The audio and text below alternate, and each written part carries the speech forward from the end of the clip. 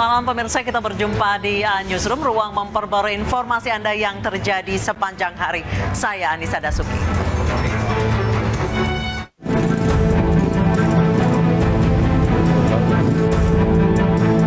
Diduga tak kuat menahan beban akibat kondisi yang semerawut, rangkaian kabel utilitas di Jalan Medrani Raya, Cempaka Putih, Jakarta Pusat siang tadi putus dan melintak di badan jalan. Tak hanya mengakibatkan kemacetan, banyaknya kabel yang menggantung juga sempat membuat sejumlah pengendara motor terjatuh, hingga sebuah truk sampah tersangkut.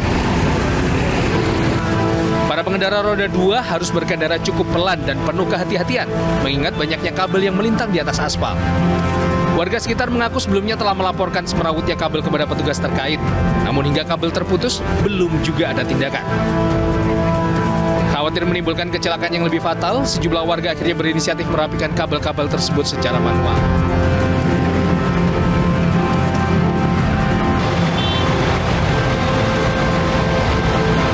Panik mengetahui adanya razia di ujung jalur busway yang akan mereka lintasi, sejumlah pengendara roda 2 nekat mengangkat kendaraan mereka melompati separator busway di Jalan Keramat Raya, Senen, Jakarta Pusat. Bergotong royong, para pelanggar ini saling bantu memindahkan sepeda motor mereka ke jalur seharusnya. Meski beberapa pelanggar berhasil kabur, namun puluhan pengendara lainnya harus terkena razia yang digelar petugas Satlantas Polres Metro Jakarta Pusat. Para pelanggar tak mampu berkutik saat sampai di lokasi penjagaan, di mana mereka harus menerima sanksi tilang. Razia sterilisasi jalur busway sengaja digelar mengingat meningkatnya angka kecelakaan akibat banyaknya pemotor yang nekat menerobos jalur bus Transjakarta.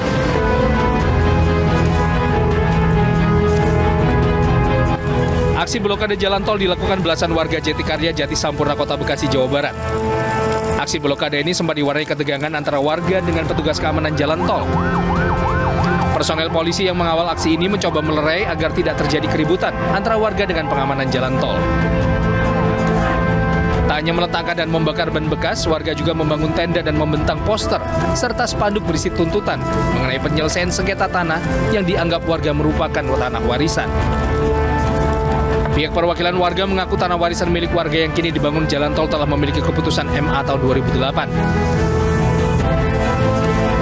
Warga berharap tanah warisan seluas 4,2 hektar yang kini dibangun jalan tol dapat segera diselesaikan dengan membayar ganti rugi kepada warga.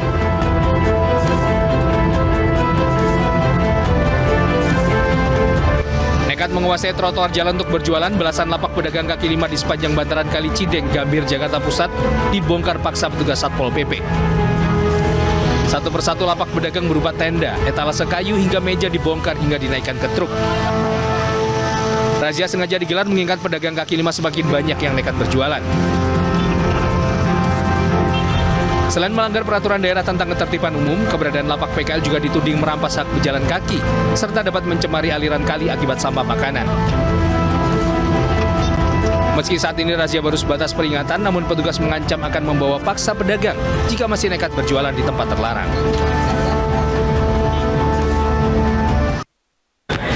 Pemirsa, eksekusi lahan dan bangunan di Jalan Sisingamangaraja, Medan, Sumatera Utara berlangsung ricuh. Polisi dan pemilik lahan yang menolak eksekusi terlibat saling dorong.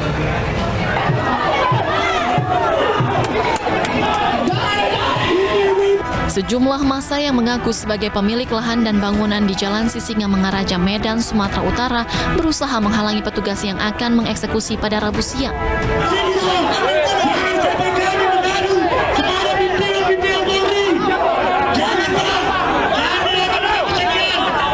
Kericuhan semakin memanas saat pengadilan membacakan putusan eksekusi. Adu mulut dan saling dorong terjadi hingga seorang demonstran terluka dan giginya tanggal.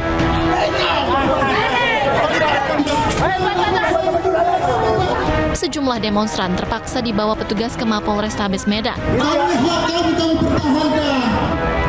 Pihak yang mengaku sebagai pemilik lahan menolak eksekusi karena memiliki sertifikat hak milik. Klien kita, Dr. Robin nggak pernah dilibatkan sebagai salah satu pihak di pengadilan. Tidak pernah dilibatkan. Nah, oleh karena itu, dalam putusan inkrah itu, mau dia lakukan eksekusi, klien kami baru tahu tahun 2020. Nah, di situ kami melakukan perlawanan, gugatan perlawanan. Dan kami kalah. Kami banding, dan prosesnya sekarang masih proses kasasi. Eksekusi yang sudah dilakukan 3 kali terus mendapat perlawanan. Namun, akhirnya eksekusi berhasil dilakukan dan pihak yang termohon mengeluarkan seluruh isi barang yang ada di dalam bangunan ini. Polisi menetapkan pengendara motor yang menodong pisau ke personel Polsek Cakung sebagai tersangka. Tersangka IS terancam hukuman di atas 5 tahun penjara.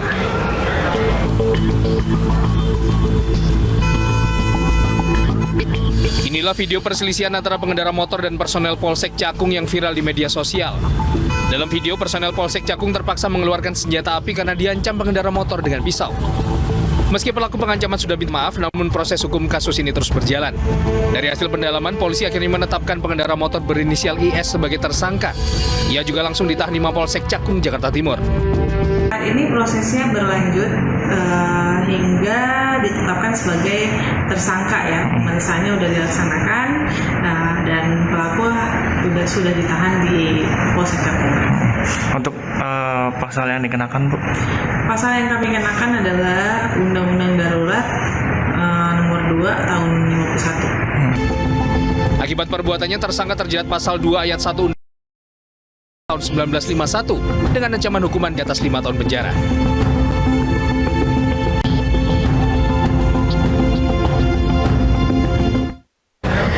Seorang pria di Lebak, Banten mengaku sebagai dewa matahari dan diduga menyebarkan ajaran sesat. Pelaku yang memiliki penginapan tersebut melarang pekerjanya untuk mengikuti ajaran Nabi Muhammad.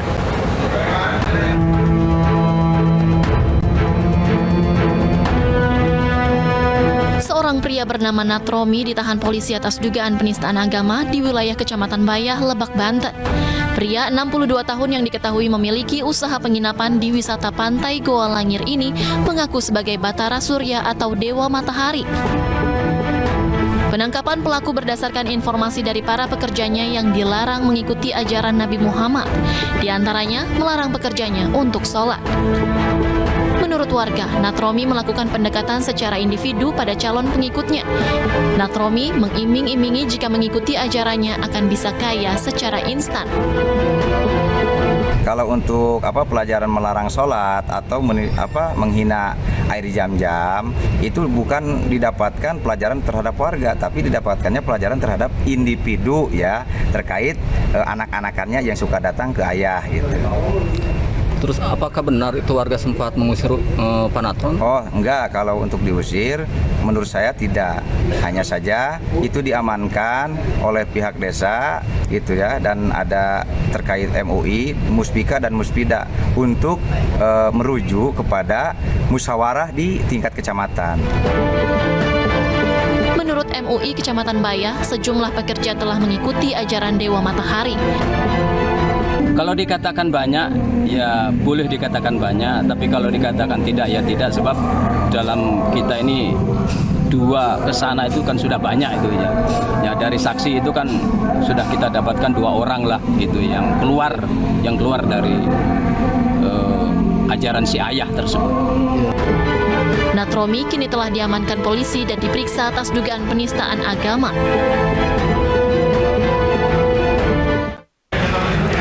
Setelah dibubarkan paksa, Satpol PP Jakarta Pusat mendirikan posko protokol kesehatan untuk memantau Citayam Fashion Week di kawasan Sudirman.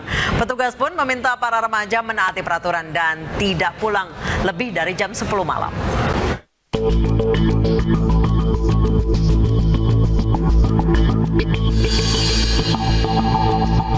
Petugas gabungan dari aparat kepolisian dan Satpol PP membubarkan Citayam Fashion Week di kawasan Sudirman, Jakarta Pusat. Petugas mengimbau agar para remaja asal Citayam dan sekitarnya segera pulang ke rumah masing-masing karena telah melanggar jam malam. Selain telah melanggar jam malam sebagai upaya mencegah penyebaran COVID-19, razia dilakukan untuk mencegah terjadinya gangguan keamanan dan tindak kejahatan lainnya. Jasmine Latika alias JJ, gadis belia yang tengah viral karena menjadi ikon Citayam Fashion Week, mengaku akan membagikan informasi tersebut kepada rekan-rekannya agar mentaati aturan. Tapi untuk yang saat ini karena JJ sering main ke sini, buat teman-teman JJ mohon ya, jadi di sini juga punya nama. Jadi kalau misalnya mau bawa buang sampah tuh pada tempatnya aja. Kedua, untuk waktu main juga kalau bisa ikutin dan taatin peraturan protokolnya.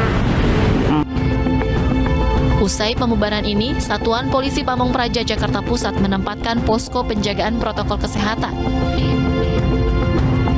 Petugas pun mengimbau para remaja yang sering nongkrong di kawasan Dukuh Atas untuk menaati peraturan dan tidak berkumpul lebih dari pukul 10 malam.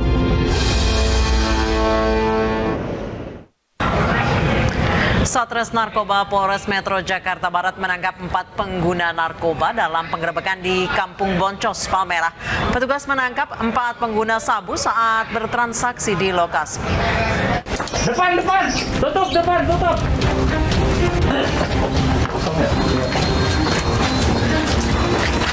Jajaran Satres Narkoba Polres Metro Jakarta Barat terlibat kejar-kejaran dengan pengedar narkoba dalam razia di Kampung Boncos, Kota Bambu Utara, Palmerah.